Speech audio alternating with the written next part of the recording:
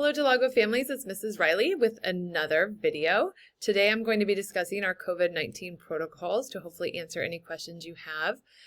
This video is being recorded on September 8th, so these are our protocols as of today. But do know that if there are updates, if things change, that a good place to check is our website. We are trying to keep as much up-to-date information on this current school year tab as we can. So you can see the return to campus information, which is like the processes for keeping scholars safe at school. There's links to the COVID dashboard. There will be adding links to the SDCOE decision tree, which I'm going to show you. Probably this video will be added. So this is a good place to go if you are, if it's 2 months down the road and you're wondering if anything has changed. But again, this video is going to specifically go over those protocols that we follow if a scholar shows symptoms or if there is a positive case in our community. So this is that decision tree I referenced. It is from the San Diego County Office of Education. This is what all of our area districts are using. And there's two different trees. One is for if there's symptoms, and the other is for those who are considered close contacts. And I'm going to walk through the different scenarios for when we would be using these. So the first scenario I'm going to talk about is if a scholar has symptoms. So these would be those COVID-related symptoms, like a fever, a headache, the symptoms that you're screening for in the morning. And if you want a more detailed list, that is in the Return to Campus Guide. Also, it's just everywhere on the internet if you're looking for COVID-related symptoms. So if a scholar does show those symptoms here at school, we are going to remove them from class and we are going to put them in an isolated location. We actually do have an isolation room that we are using. That scholar will be sent home to quarantine, and we will have a discussion with the family about whether, if they want to return before the end of that 10-day quarantine period, they would need to show a negative COVID test and have improved symptoms. There are some situations where a scholar is showing a COVID-related symptom, but it is actually related to a pre-existing condition. In those situations, families can provide documentation from a doctor, and if you want help navigating that, our nurse can help. She does have a form that she can give to you if you're picking up your scholar for a COVID-related symptom, but it is actually related to a pre-existing condition. So that is if a scholar has symptoms. Scholars need to quarantine for 10 days, or they need to have a negative COVID test and improved symptoms, which includes no fever for at least 24 hours. And again, this is that decision tree. So in this particular case, we're looking at the symptom and isolation tree, and we're going to answer these questions to help us determine when the scholar can return. If there is a positive case, so if a scholar tests positive for COVID, once we are notified, and we can be made aware of that in a couple different ways, the county might notify us or the family might notify us, then we're going to interview the family of that positive case. And during that interview, we're going to determine when their return to school date is based on the decision tree. So looking at how long do they need to quarantine for. We're going to set up an independent study contract for them to complete work while they're in quarantine. So it's a way for our teachers to communicate with the scholar about what kind of work they're going to complete. So independent study is done. There's no Zooming. There's no logging into classes. It's work that scholars do independently. And then we're going to gather information to determine close contacts. And a close contact at school would be defined as someone who was within 6 feet of the scholar for a total of 15 minutes or longer during the period of time where they are sort of deemed as possibly contagious. And again, we use the decision tree to determine that time period. Once they are identified, we then, if they're here on campus, we remove them from class and isolate them. And then we're going to reach out to the adults in that scholar's life to determine the next steps. So there's some different scenarios for close contacts here at school. But kind of the bottom line is we need to monitor them for 10 days to see if they develop symptoms.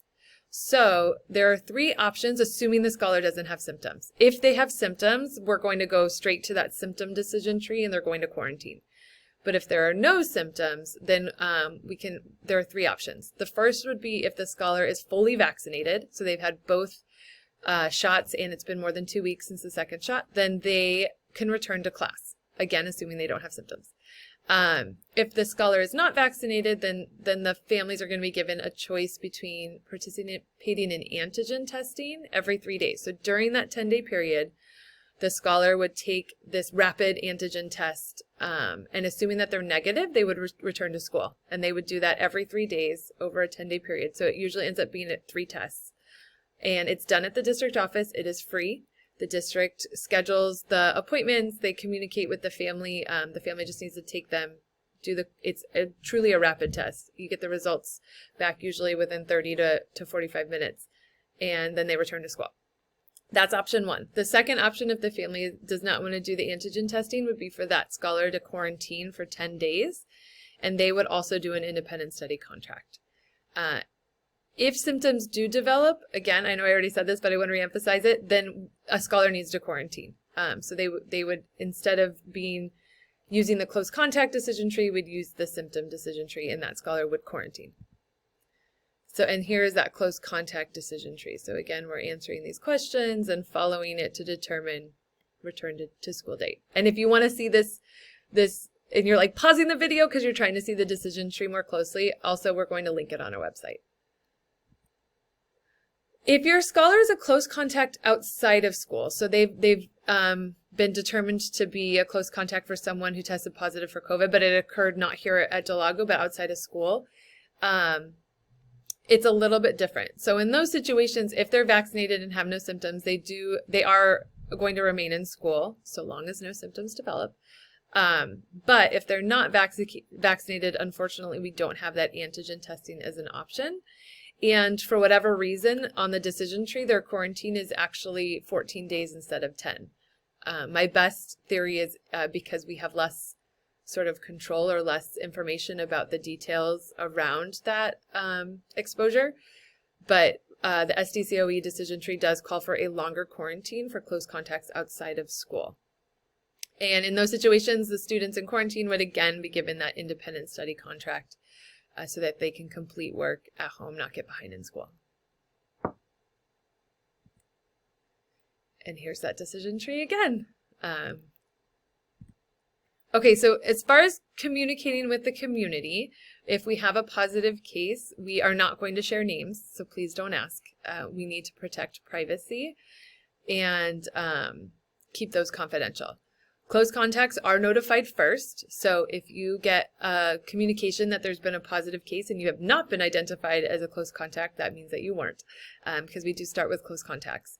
Staff members, if they're a close contact, are included in that first round of communication, but otherwise they're provided with an email notification, and then we also notify all families. So you will get that letter, which is actually usually sent by email, letting you know that there was a positive case in our school community.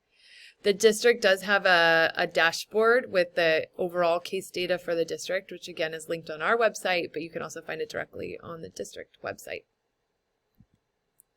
So hopefully this video was helpful. It answered some of your questions about the actual protocols for if we have an exposure or if scholars are having symptoms. But in general, COVID-related questions are best directed to myself or Chris Domingo, our other assistant principal. So here is our contact information. So I hope everyone is staying safe and healthy. Again, it is so important that your scholars are self-screening in the morning and not coming to school if they are sick. It's always a good thing to not come to school or work when you're sick, but it is extra important this year. So please keep self-screening, keeping everyone healthy so that we are not sending kids home more than we have to. And we're looking forward to a great school year. Thank you.